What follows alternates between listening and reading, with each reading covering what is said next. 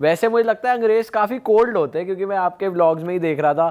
तो जैसे आपका कोई कपल दोस्त है तो वो अपने हॉस्टल जाएगा टाइम से सीधा काम के लिए मिले, वरना अलग अलग इतने कोई हेल्पफुल खास होते नहीं। क्योंकि जैसे मैं देख रहा था कि उनका वीज़ा लग गया तो ये नहीं आपका भी लगवा के ले जाए साथ में। तो कैसे रहता है, मतलब आप एक्सपेक्ट नहीं कर सकते हैं ना भाई। दोस्ती तो देखो जैसी अपनी होती है, मेरे को तो ऐसी कोई दोस्ती मिली नहीं कहीं भी, खास करके जिस अपने नॉर्थ इंडिया में जो है भाई भाईचारे में ये कर दो वो कर दो, वो अपनी जगह ठीक है, अपन अपनी जगह ठीक है। जितनी ज़्यादा डेवलपमेंट आ गई ना जिस देश में, उतने ही लोग थोड़े से सेल्फिश होने लग जाते हैं, वो अपनी डेवलपमेंट पर ज़्यादा ध्यान देते हैं।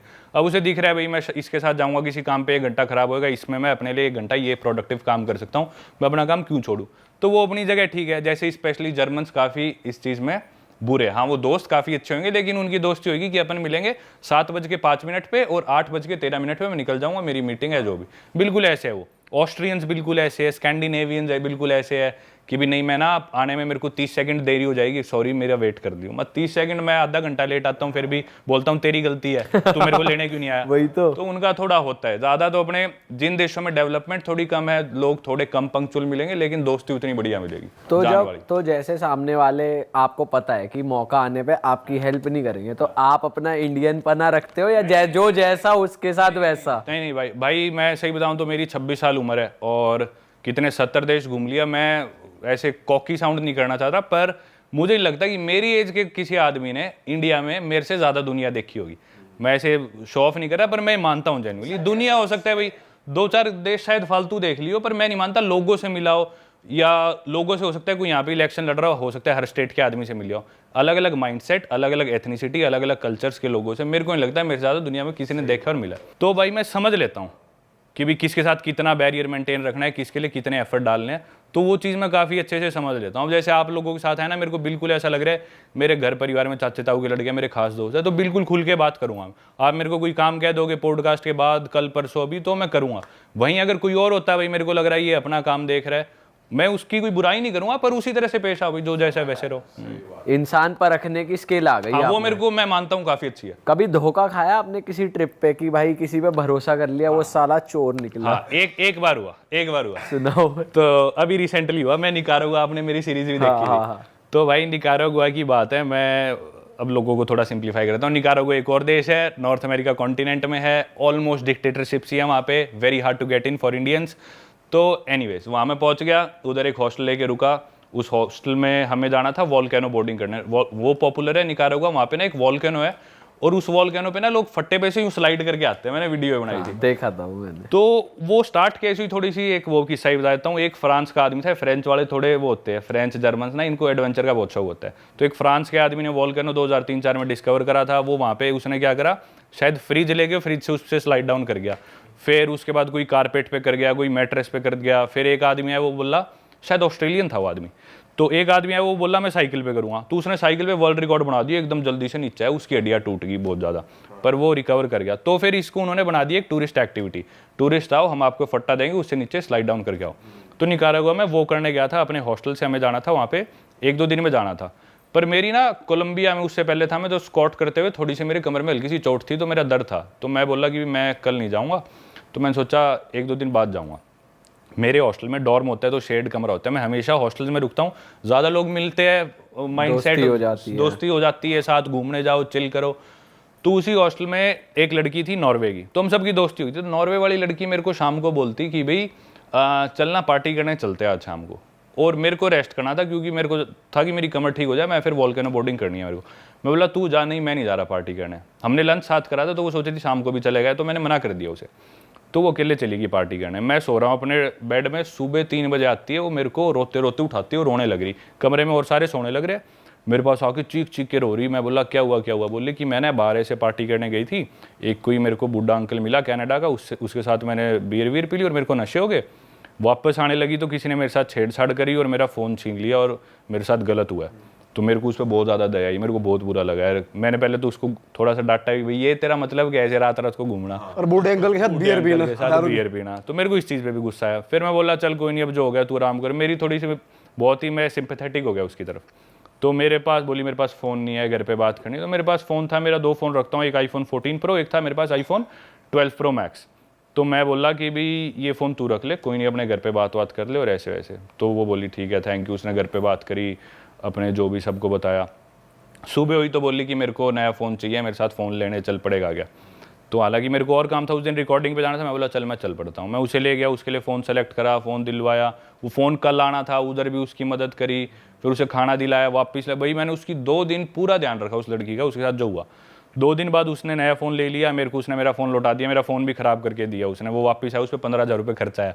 छोड़ो चलो, फ़ोन दे दिया। अब क्या हुआ कि नेक्स्ट डे हमें जाना था वोल्केनो बोर्डिंग करने। वो अपनी जाके फ़ीस दे आई और मैं बोला कि मैं फ़ीस नहीं दे के आया। बोली मैं ना खाने जाने लग रही हूँ। और वो खाने वाला रेस्टोरेंट था हमारे हॉस्टल से 300 मीटर दूर, और जहाँ पे वोल्केनो बोर्डिंग की वो फीस रजिस्टर कराना था, एक दिन पहले कराना होता है, वो था 350 मीटर दूर, 50 मीटर दूर था सिर्फ उस रेस्टोरेंट से, और हमारे हॉस्टल से भी 350 मीटर दूर। तो मैं बोला यार मेरा तो मैं रेस्ट कर रहा हूँ ताकि कल मेरी कमर परफेक्ट हो जाए, ये ले पैसे, ये ना मेरी वोल्केनो बोर्डिंग की फ़ीस पकड़ा दियो।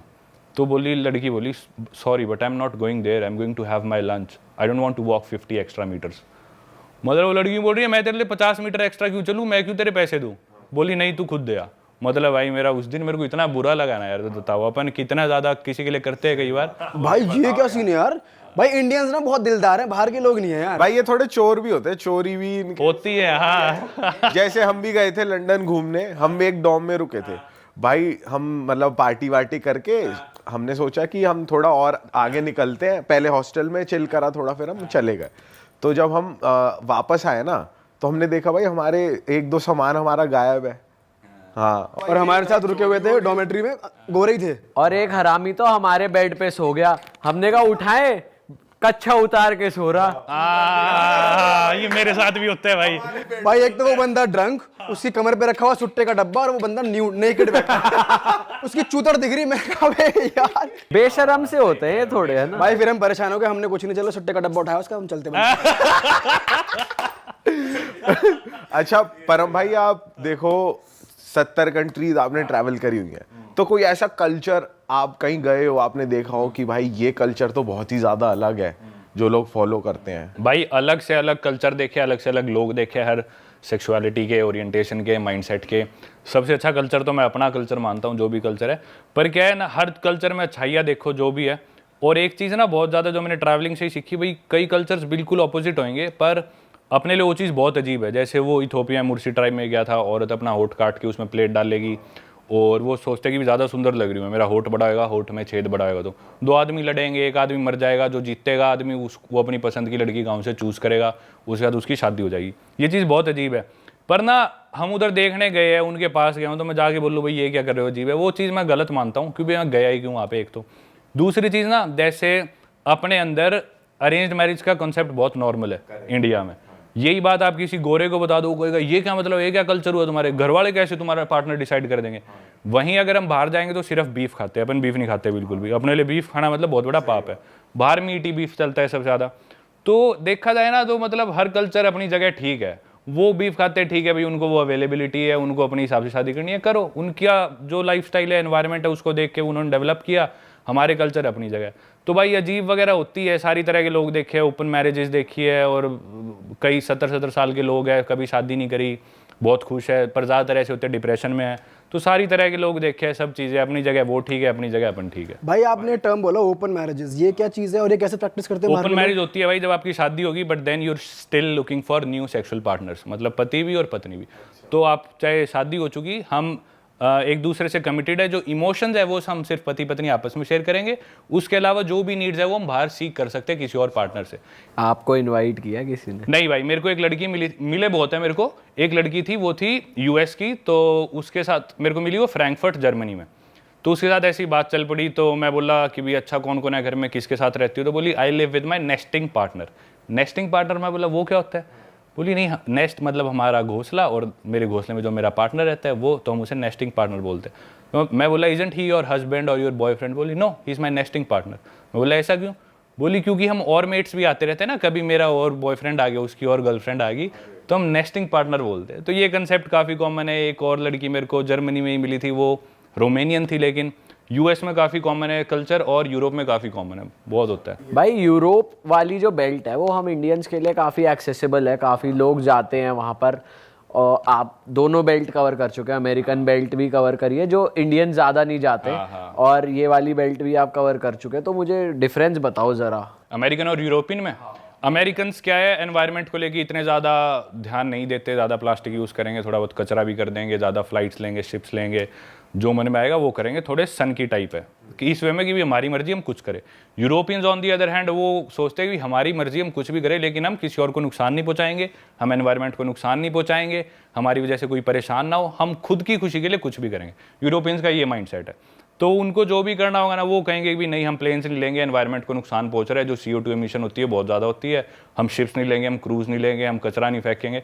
वो बहुत ज़्यादा इस तरह के यूरोपियंस। हम बस और ट्रेन यूज़ कर लेंगे, पब्लिक ट्रांसपोर्ट लेंगे, साइकिल चलाएंगे, गाड़ी नहीं लेंगे। अमेरिका में शो ऑफ बहुत ज़्यादा है, पैसा बहुत ज़्यादा है। अमेरिका की इस तरह की सोसाइटी है। वैसे क्राइम मुझे लगता है अमेरिकन में ज़्यादा है। अमेरिका में ज़्यादा है। जैसे कोलंबिया वगैरह आप गए हो भाई, वहाँ पे हमने बहुत ज़्यादा डॉक्यूमेंट्रीज भी देखी हैं, और ये नार्कोस वगैरह भी देखा है कि बैग में स्लिप कर देते हैं। हाँ भाई, कोलंबिया से रिलेटेड किस्सा बताता हूँ आपको, बढ़िया, मतलब काफ़ी किस्से कोलंबिया के, तो पर एक काफ़ी इंटरेस्टिंग। कोलंबिया एक कंट्री है साउथ अमेरिका कॉन्टिनेंट में, उसकी एक सिटी है मेदेजीन। स्पेलिंग में उसमें डबल एल आता है, मेदेलीन होता है, लेकिन कोलंबियन स्पेनिश में ल को ज बोलते हैं, तो मेदेजीन वो शायद उसकी मेन सिटी है ना उस कंट्री। मेन कैपिटल तो बोगोटा है, पर मेन सिटी टूरिस्ट ज़्यादा मेदेजीन में आते हैं, शायद बोगोटा से ज़्यादा आते हैं। वहाँ के कुछ फेमस सिंगर्स वगैरह भी है, मालूमा वगैरह, ये सब वहाँ के हैं। हाँ, पर Pablo Escobar was from Medellin as well. तो उस सिटी में भाई, वो सिटी ना यूँ माना जाता है कि पूरे अमेरिकाज की या वर्ल्ड की भी सबसे सुंदर लड़कियां माना जाता है वहाँ की है।